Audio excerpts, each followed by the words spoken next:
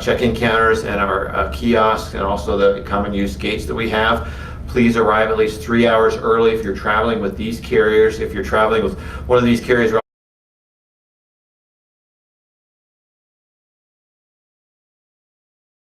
in particular, our international folks, we're seeing some longer lines for those, as there are a lot of folks that typically check in a lot of items for our international passengers. So that may take you a little bit extra time, which also may mean then that flight will probably be a little bit later as well too, is what we're seeing. They're making sure that they get everybody on board as much as they can, and then they'll depart.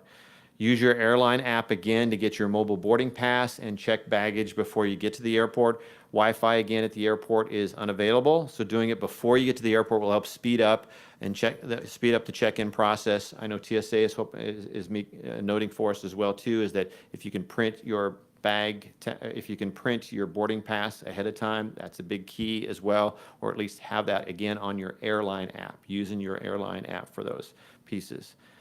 Certain programs and services that we offer here through the airport are not available. So that's like the SCA Visitor Pass is not available.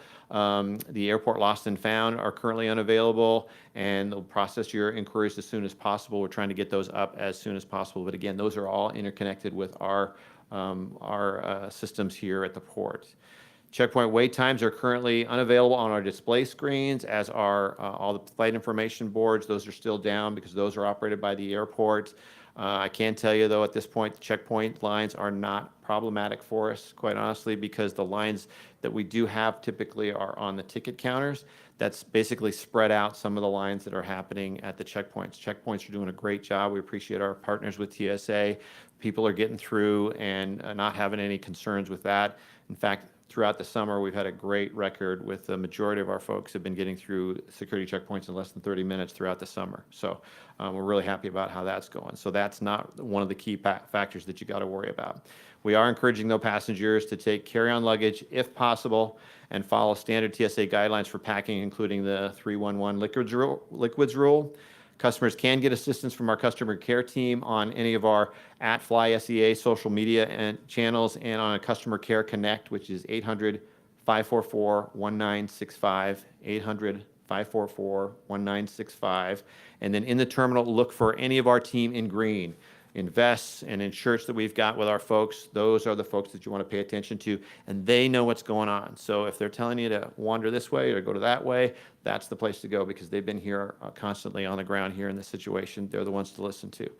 If you have downloaded our FlySEA app previous to the outage that's been going on, you can still use that for access to maps and things that are going on to navigate throughout the airport. So that is one of the good things. You can still use it. It's not going to, again, give you the updates for what your flight updates or what the your situation for your specific flight or airline is, but you can help navigate around the airport with it.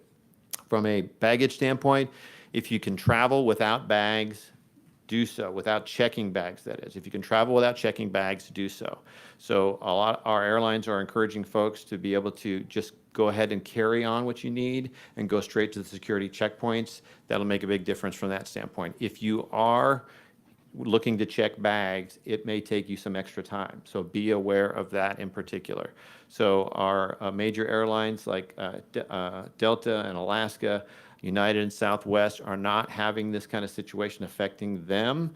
So in that situation, it's working well for them, but there are still challenges from our system on the backside of that, which is what our baggage system is.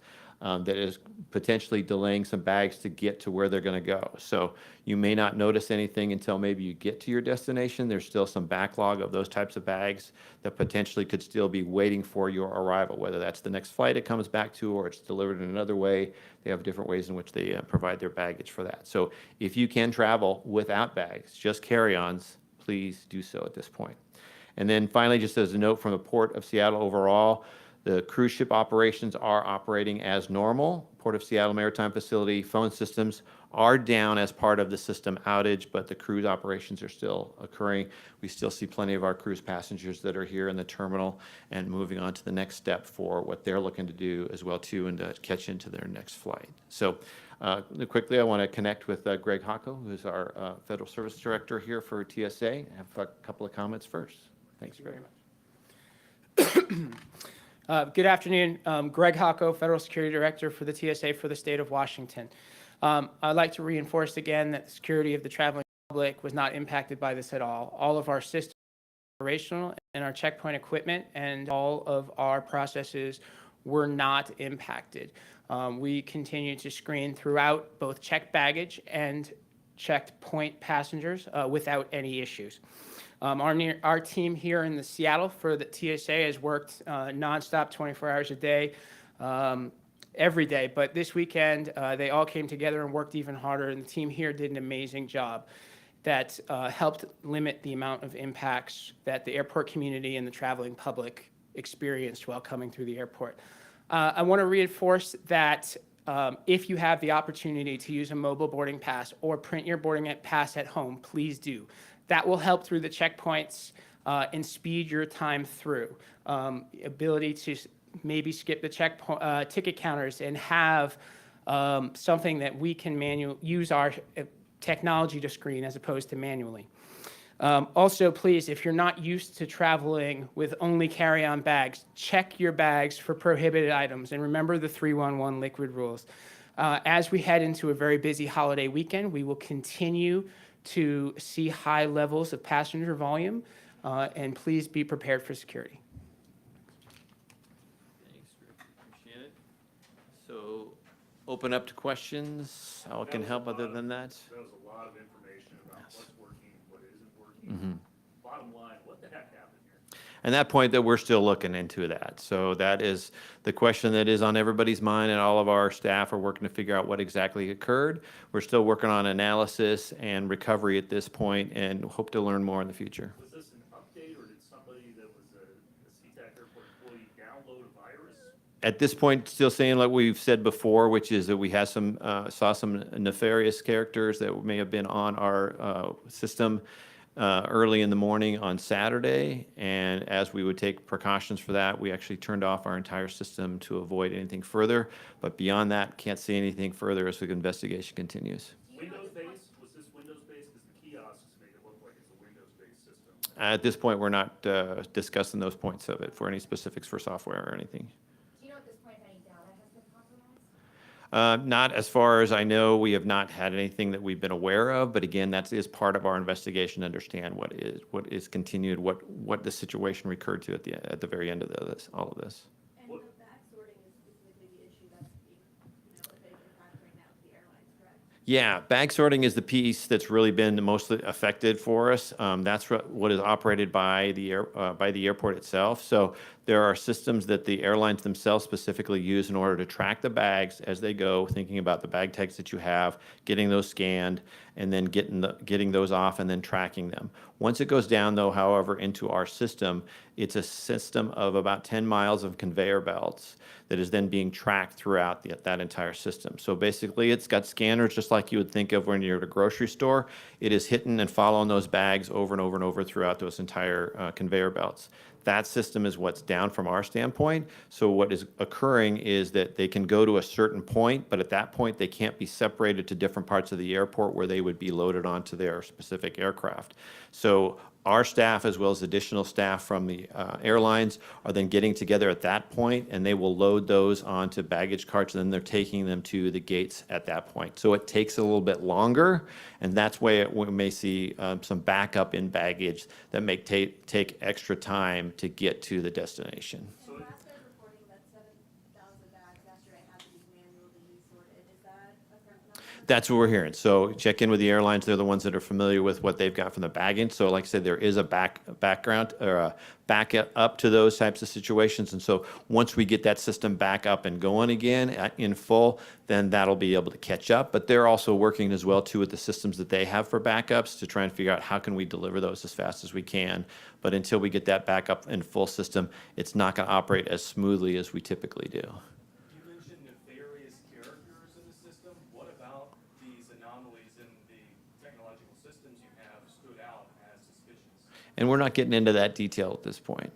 What, if anything, at this point have you learned from this experience that you would then change going forward to either prevent this from happening in the future or mitigate some of the consequences? And that's a great question. And that's something that we're going to be coming up with an after-action plan after this. Once we determine and have that analysis of what exactly happened, how we're going to recover to get to that point, we want to figure out what's that next step. We know what happened. This is how we recover. What can we do in the future to make sure that this doesn't happen again? You're right. That's going to be something we'll be looking at. Can you explain the difference here with why Alaska and Delta are not having the same issues as Frontier, Sun Country? Yeah, sure. I mean, essentially what it is it's the specific airline applications and software that they use for their baggage systems versus what we call a common use situation. So Alaska and Delta are our largest carriers. It's about 75% of our traffic that goes through here. When you're talking about some of our smaller airlines, in particular our internationals, which may only have one flight a day, in and out, and then some of our other carriers like Frontier, Sun Country, Spirit, they don't have a full lease space of property, basically, as you kind of think of it, that they would use over and over again. They'll use common use spaces that are operated by the systems and the computer setups that we provide here as the airport. So once they go up to that, it's that system that they'll end up working with. In fact, right now, we're being told that some of our international carriers have actually been reaching out to some of their hubs or other places around the world to bring in equipment that they can use that would be portable and specifically to be able to help them get through that system right now. But that's the difference. It's whether it's that common use space or it's that space that's basically preferential and reserved and lease space that those carriers have that are here regularly. It's still 4 canceled flights at this time, no additional flights have been canceled as a result of this? Like the information that you see on FlightAware is pretty up to date for that, so we have not seen a whole lot of those. The airlines have done a really good job in alerting folks as to what the situations are, so that's very helpful from that standpoint. Just similar like you would see when we've got a storm or an ice situation, the snow, that kind of thing. So it's catching up on those kinds of things, getting people alerted and an update, and then getting all those things in their choreography of what they have to put through all of their system throughout the country.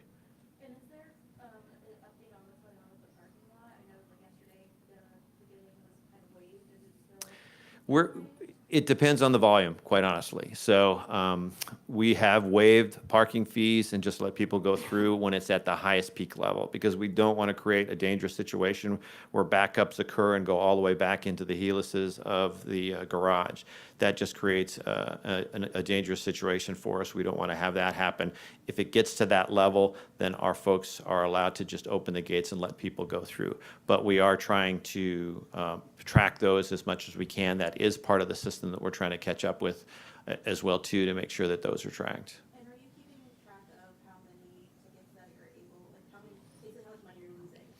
Yeah, and that'll be something that'll be part of our, after action and understanding of what happens that as well too. So that's not uncommon for us. So all of those folks would be tracked. We would be hanging on to those tickets that would be there and try and figure out what kind of loss that we may have at the end of that. So we've seen that in the past before as well too, when we've had some outages out there in the garage. So it's not unusual. That is a backup system that our folks are aware of and know how to handle. And then we'll just figure out what's that next step afterwards. And so is the actual credit card machines down, or is it just? No, Okay. no, yeah. Some passengers were telling me that when they flew in on Saturday, they noticed that the tarmac was pretty crowded. Has there been any issues with taxiing, anything with the FAA or air traffic control? No, it hasn't necessarily been a taxing situation. It has been, again, kind of similar to what you might see in a storm situation, because some of these aircraft may be waiting at the gates for baggage to help fill themselves up before they head out. That means that gate can't be used for another flight that may have just arrived. So if you've arrived for a flight that's set to go in, say, C3, but that flight at C3 hasn't left yet, then you still got to wait for that until that gets cleared out. Also, on the other side, from an international standpoint, an interesting aspect of it can be is what type of aircraft is being used as well too. Some of our larger aircraft that are used here at the airport only have, say, a handful of gates that they can actually use based on their size. So if those are full already, even if we had an opportunity for another one to be open, but if that doesn't fit that aircraft, you can't bring that one in. It's still got to wait until the aircraft that is comes out of a gate that it fit into leaves before that one can move in.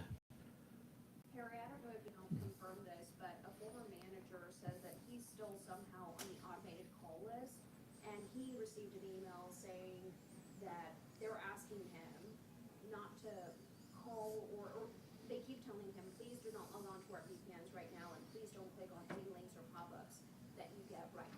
Yes, that is confirmed. So that is what we're asking all of our employees right now. So even myself, we have not been able to sign on to or click into, plug into our systems right now because that's going to be problematic for our folks. So actually, a lot of our folks, to their great credit that we want to highlight as well too, a lot of our folks who would normally be working in some of our other offices outside of operations have been out on the floor today and been helping people. So they've been in green vests and trying to help us by added people on the floor to give some customer service. Is this the way that nefarious character or people got into the systems? We just don't know at this point. Any estimate on how much extra staff the airport has brought in? You know, I haven't seen a number for that, but again, like I say, we've got hundreds of folks that are typically in our office buildings or within spaces that may not have an operations per se job that would be on the ground doing, say, whether it's ramp work, baggage work, those kinds of things that have been able to come out of their office, say, some of our finance folks, some of our environmental folks. Those folks have been able to come down onto the terminal space and have been working in shifts, volunteering for shifts to be down there to try and help people find what they need, whether it's restrooms, directions to the checkpoints, trying to help them in whatever way we can. Why would nefarious characters want to attack SeaTac Airport? That's a great question. So hopefully we'll find out some more details of that in our investigation. You don't have any idea who it may be? At this point, that investigation continues. Yeah, and so we've got to find out what that may have been, and like someone mentioned earlier, then find out what those follow-up situations may be afterwards. So if Wi-Fi is out and all these systems are out, how is TSA still online with no issue? Again, with their system. Greg, do you want to speak towards you guys? Yep. So in all of our locations, both our in the field, throughout airports, throughout the country, we are on our own dedicated secure network that is controlled by TSA. That's why we had no impacts to any of our equipment or any of our operational capabilities.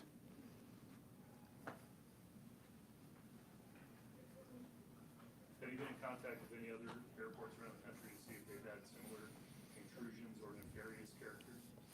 I mean, we stay in contact with our partners in other airports throughout the year for whatever that we're working on. So our folks will stay in connection with them to see if there's anything that they've gone through or that they've seen that might be helpful for us. We're always looking for that kind of help. And likewise, we'll be sending them information about what we've experienced here that may be able to help them in the future as well, too. So that's something that we share information a lot. When do you think this will be resolved? At this point, we do not have a time or a date for it. We hope to have an idea soon, but we do not have a time or a date as to when will this get resolved. Yesterday, you guys mentioned working with federal partners to kind of figure things out. Are you guys able to explain how you're working with federal partners or what kind of work? No, I think we're in the same boat for that as well too. The investigation continues. We're working with federal partners like the FBI, like our partners that we've got here on the ground, from TSA to CBP, all those kinds of things, Homeland Security. So we're in reach to as many folks as we can to get help and understanding of what they may be able to help us with. But at this time, we're not sharing anything further that goes beyond that. And just to confirm, we talked about the kind of crew side of the force having some issues.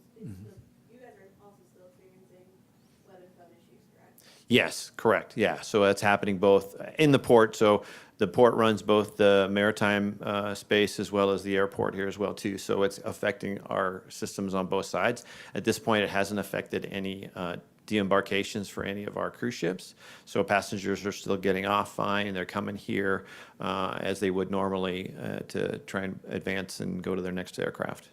It seems like it's kind of impacted the airport a lot more than it's impacted the water side of things. Is that an accurate assumption? Yeah, I think that's an easy assumption to make. Sure, you bet, just from the numbers. So, I mean, the numbers that we have here going through an airport at any time, we're basically the fourth or fifth largest city in the state on our busiest days during the summer, where we'll have up to 170,000 people going through the airport in a day.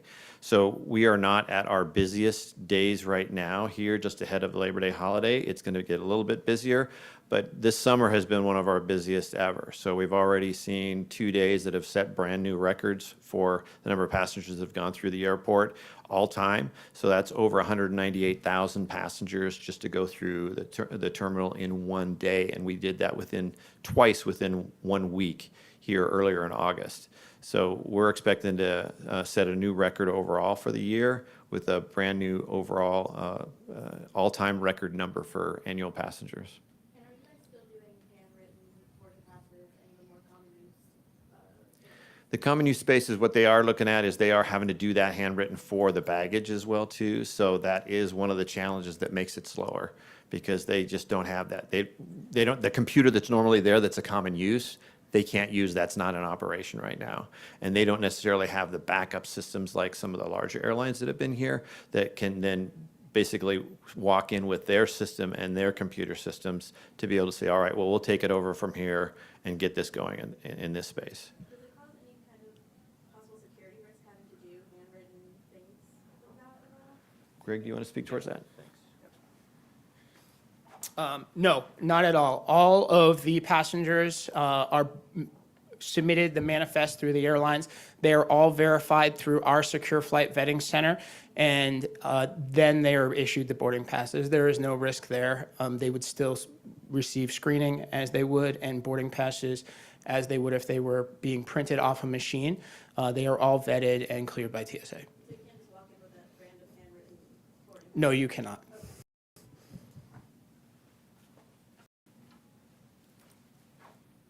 Last couple.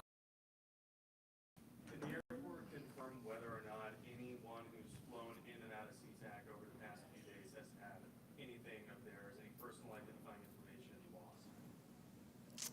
I am not aware of that at all. So, yeah, I can check back with you to see if there's anything more on that. But I think that's all part of our investigation again. I think that's where we'll end up going back to figure out what that might be. So I have no indication of that at this time. Between this and what happened with CrowdStrike, what's it tell you about the IT here at SeaTac Airport? Well, I mean, a CrowdStrike was specific to airlines, but I think it's just like overall, I mean, we are a society as a world that we're dependent upon these types of things. So when technology stuff goes down, we've got to figure out what those backups are and always be diligent, vigilant in how we're going to prepare for that. In that case, it was an airline situation. This time it's an airport situation. So hopefully we're going to learn and improve and be better in the future. Anything else? All right. Good deal. Thanks, everybody. Appreciate your time.